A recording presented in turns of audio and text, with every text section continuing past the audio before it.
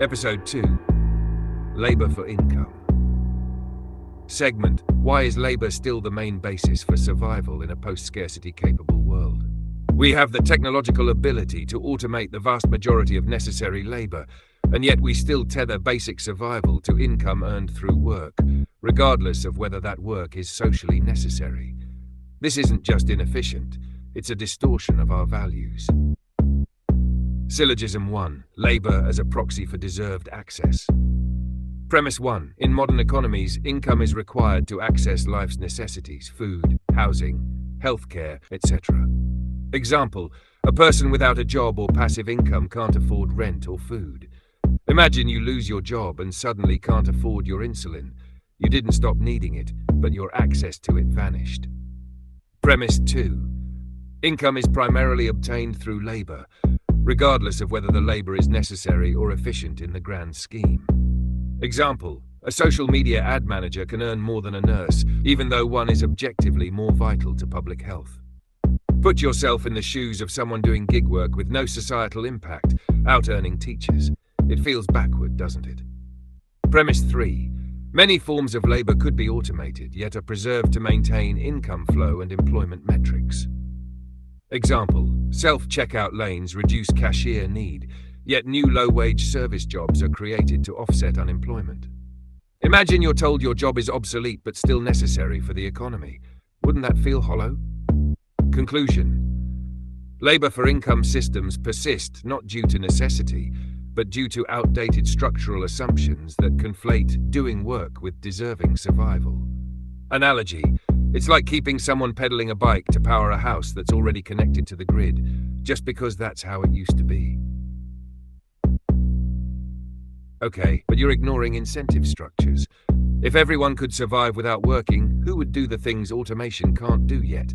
Motivation doesn't arise from utopian availability, it arises from scarcity. You remove the carrot and stick, and society stagnates. Syllogism 2. Incentive through necessity. Premise 1. Human labor still fills gaps where automation can't reach, especially emotional labor, creativity, and caregiving.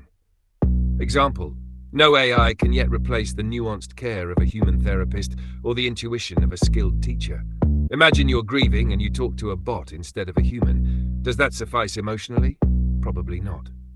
Premise 2. Without the pressure of survival, people may not voluntarily choose these roles, especially if they're unpleasant or less glamorous. Example: sanitation jobs are essential, yet rarely voluntarily pursued in abundance. Put yourself in a world where no one has to clean the streets. Would you volunteer without compensation? Premise 3. Economic pressure creates reliable incentive structures that help allocate labor where it's needed. Example: surgeons train for years because the reward is high. Remove that reward and few might take on the burden. Imagine if being a neurosurgeon paid the same as playing guitar in the park. What would you choose? Conclusion: the labor for income model persists because it remains the most consistent method for distributing effort where it's still needed. Analogy: it's like using gravity to make water flow downhill. Crude, maybe, but it works. I get that argument, but it presumes people lack intrinsic motivation. The incentive model you're defending is more reflective of an artificially induced desperation than natural human curiosity or altruism. Syllogism 3. Intrinsic versus extrinsic motivation. Premise 1. Studies in psychology show that intrinsic motivation is often more powerful than external rewards for complex tasks. Example: open source developers build software used by millions, often unpaid. Imagine you built an app just for fun and it took off. You didn't do it for money, yet value was created. Premise 2. Extrinsic rewards can undermine motivation for tasks requiring creativity or higher order thinking. Example: artists often report being stifled when forced to create for profit versus create for joy. Put yourself in a situation where you're told, paint this, but only if it sells. How inspired would you feel? Premise 3. A society that decouples survival from labor enables more authentic participation in meaningful pursuits. Universal income pilots show people tend to pursue education, caregiving, and entrepreneurship, not laziness. Imagine your bills were covered and you could focus on helping your community. Would you really just sit on the couch? Conclusion. Humans are not inert without the threat of poverty. They flourish when freed from survival anxiety. Analogy. It's like removing a weight from someone's ankle and watching them swim farther, not sink.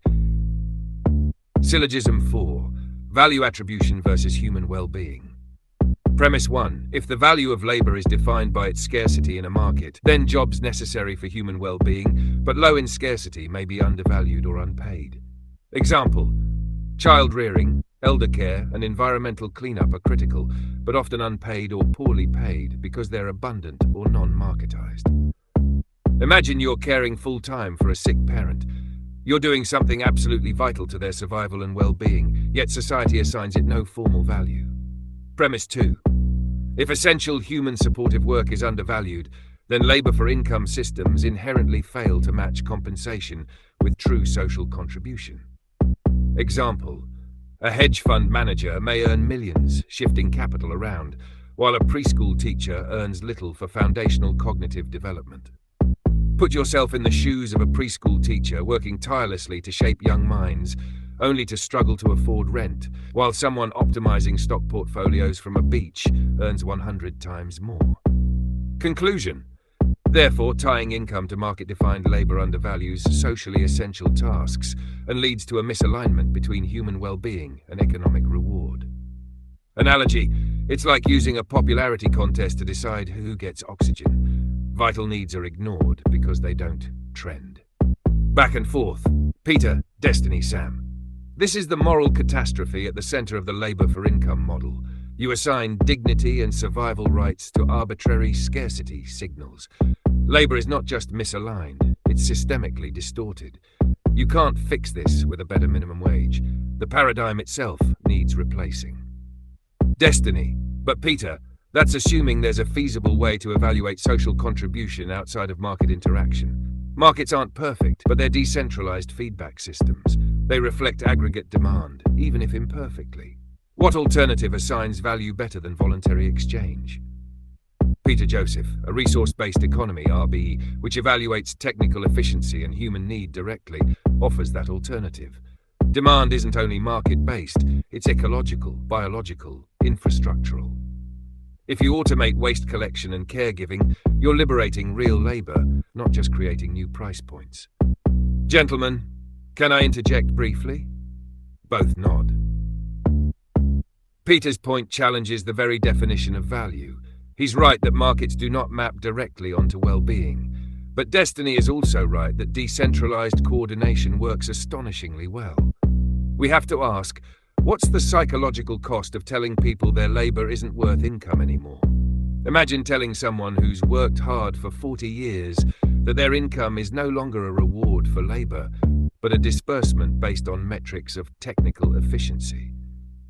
You'll encounter existential backlash. The model has to accommodate human meaning, not just efficiency. Peter Joseph, that's a fair concern, but meaning should be derived from contribution, not monetary reward. You don't pay a parent in dollars for loving their child. And yet, that relationship has more meaning than any wage. If we rewire meaning to align with well-being itself, education, care, sustainability, then we can escape this market neurosis. Destiny. You can't just rewire culture like software. Institutions are built on incentives, and labor for income provides one hell of a powerful incentive structure. Unless your replacement system has equal or better motivational coherence, it collapses. This is where I'll bow out for now, but I'll leave you with this. If we're redesigning civilization, the metrics we choose must reward both contribution and psychological fulfillment. Technocratic optimization without human grounding leads to tyranny. Audience Q&A segment. Question 1 from MetaThinker88. Destiny. If incentives are so important, how do we deal with socially destructive but high-paying jobs like lobbying or fossil fuel marketing? Destiny. That's the regulatory side of markets.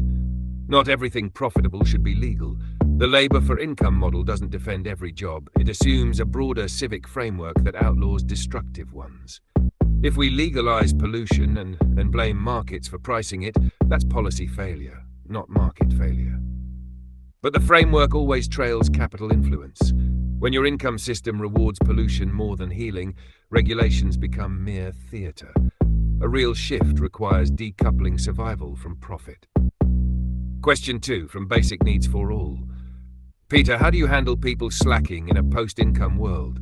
Isn't that a problem? We've mythologized laziness as the great threat, but coercing work is a bigger one. In a system where automation and access remove scarcity, the need to punish slackers disappears. Most people want to contribute meaningfully when not existentially pressured. Imagine you lived in a society where housing, food, and healthcare were guaranteed, and your role was to help design better energy systems. You'd feel proud, not lazy. Closing statements. Destiny. Labor for income isn't perfect, but it's flexible, incentive-driven, and responsive to innovation. It's not just about wages, it's about organizing effort. Destroy that and you better have something truly functional to replace it. And I do. Labor as income is a relic, like bloodletting. We now know better. The future demands decoupling survival from labor, aligning effort with sustainability, and ending the transactional mindset that treats human life as a ledger entry.